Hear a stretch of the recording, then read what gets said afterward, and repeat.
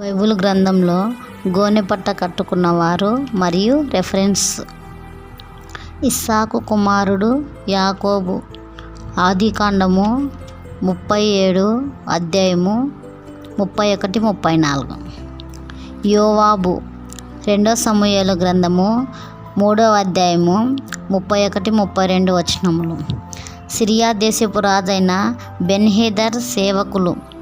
1 రాజుల గ్రంథము 20వ అధ్యాయము 31వ వచనము. ఇశ్రాయేలు రాజు ఆహాబు.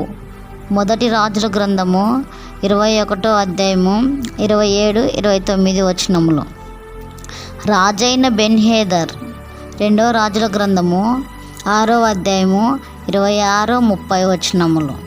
హిజ్కియా సేవకులు. 2 రాజుల గ్రంథము 19వ అధ్యాయము 1, 3 వచనములు.